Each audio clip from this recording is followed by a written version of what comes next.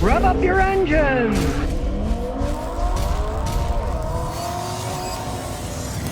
Today we got a new sports car, 25 GR86 Toyota.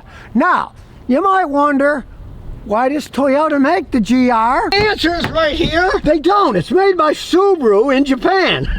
It's got a Toyota emblem and a GR86. What's up with that? Well, Toyota wanted to make a sports car. Probably mainly Mr. Toyota, right? He likes sports cars. So they had Subaru build it. Rather than spend hundreds of millions of dollars designing a sports car and dealing with all that, they pretty much knew they weren't going to sell that many of them. Every year they sell maybe 10,000 or so in the United States and like 400 in Canada. So now it does have seats in the back if you have extremely small legs. But let's face it, it's a sports car. You can see the Brembo brakes, and they wanted a faster one, so they made a Toyota Supra. Well, no, they didn't. BMW does. It's a BMW, right? You pay a lot more money for one of those.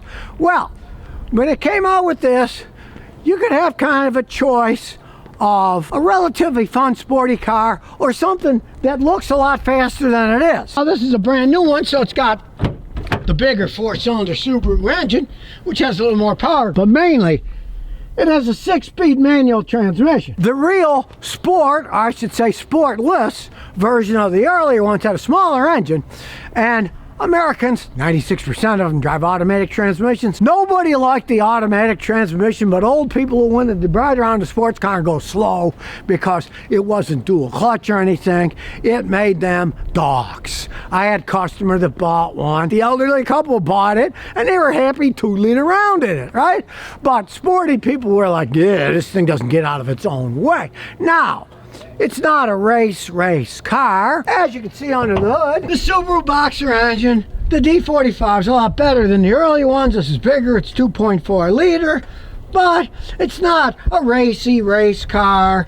It's a fun car. You can have a lot of fun with it when it's made into a manual transmission, but with an automatic transmission, it's way too slow. It's more for show than anything else, right? This new engine has proven to be relatively bulletproof. The early ones that they put in them, both these and the Subaru version, they had recalling for valve problems in the engine. These engines don't have any real problems. Now, even though it says Toyota, it's really a Subaru. So, unlike Toyotas, that you can change the oil, and that's about it, and drive the heck out of them, Subarus need a little more maintenance. You have to maintain these things correctly. If you want to drive them hard, some guys will soup them up, put turbos on them, take them to the track, right? And you can have a lot of fun. But you're going to have to maintain the heck out of them because they're not like a Toyota. Boxer engines eventually wear out. They have RTV silicone gaskets in a lot of places instead of actual gaskets that Toyota engines use. They age, especially the older ones, you get oil leaks and stuff. This is brand new. It's only got like 4,000 miles on it, so yeah, it doesn't have any problems yet. But realize you're not buying a Toyota. You're buying a Subaru, even though Toyota did say that maybe next year or so they might be putting a Toyota engine in, maybe a Toyota Corolla GR 3-cylinder turbo, maybe do something with Mazda, put that 6-cylinder Mazda engine. Nobody really knows, but they're planning on giving it a little more zoomph than what it has now. But $34,000 for taxes and all that crap, right? Average car today, it's over 50-something thousand dollars. But of course, as I said, it's a limited production. They sell, 8, 10, 12,000 of a year on average in the United States, and 400 or 500 of them a year in Canada. Okay, Mazda Miatas, they're not real screaming cars either, but Mazda sells the heck out of those things because there's very few sports cars left, and even though most Americans drive automatics, a lot of the sports cars sold, Mazdas and this included, are sold as manual transmissions because people want to have fun driving them. Now, for the older set, like my customers that bought one years ago, they bought the first year model they sold when they were in Texas, they're real happy with it. They just like piddling around. They're not taken to the track or anything, but you can do whatever you want. Just remember, it's a Subaru. But being a Subaru, there's a lot of aftermarket racing stuff for Subarus, right?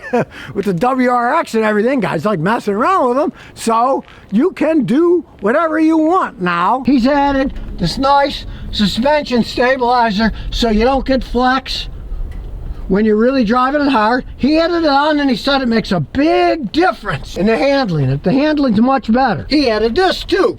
It's double the size of the stock one.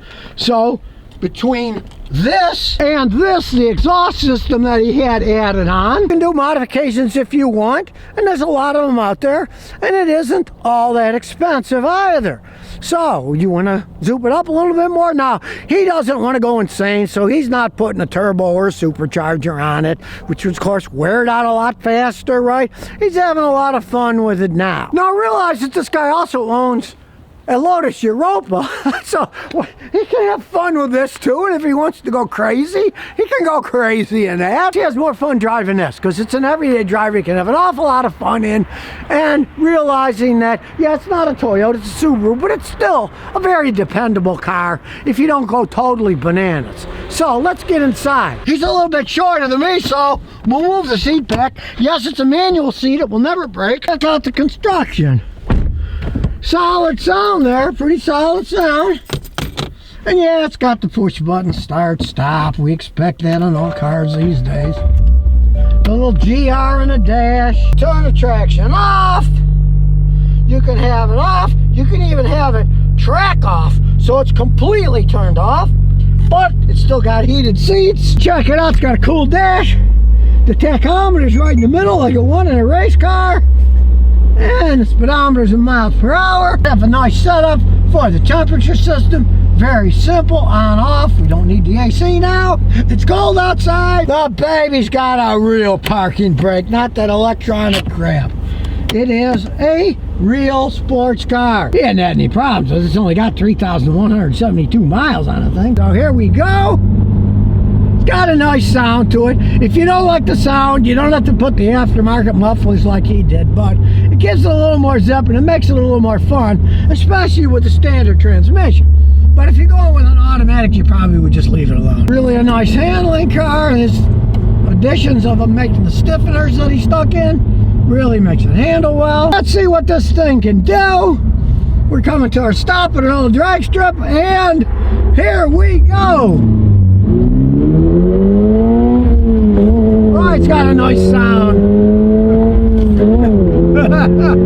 Now, if you notice, it went off a little because, as he said, in the lower gears, even though the traction control was still on, it leaves a little bit to be desired, and that's considering you can even turn the whole thing off, so I don't think I'd do that. Watch this. Yeah, see. We turn it off, we turn the traction control off, it goes to more of a race setup.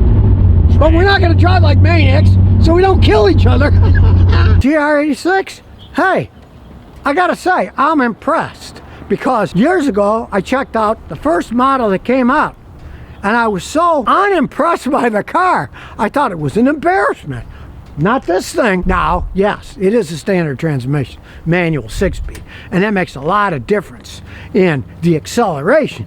But in terms of the drivability of the car, still with an automatic, I mean, it's got the same suspension, braking, and everything. And when you check it out, these are serious Brembo brakes, people, you know? And sure, it's a limited run car. They only sell, 10 grand or less each year, generally on average.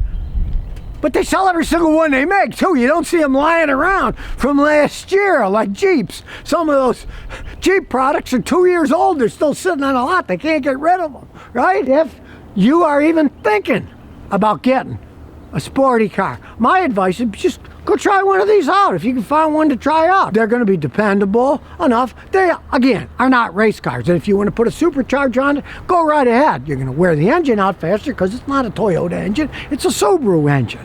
And maybe in the next few years, they'll put Toyota engines in them. Or they'll put that Mazda inline 6. Who knows what's going to happen. But as a base car, I got to say, it's a lot of fun. He hasn't had any problems with it. Other than the real early ones having valve problems because it was a Subaru valve problem, Toyota didn't make the engines, right? They've been very dependable vehicles. If you do get an automatic transmission, they're pretty bulletproof. They don't go zoom zoom, but they don't break either, so you can go anywhere you want. I was mildly surprised by this car, I gotta say. Try this, try a Mazda Miata, right? They're about the same price range, and see which one you think you'd have more fun in. Maybe you want a ragtop. A lot of people don't like ragtops. They're very noisy inside.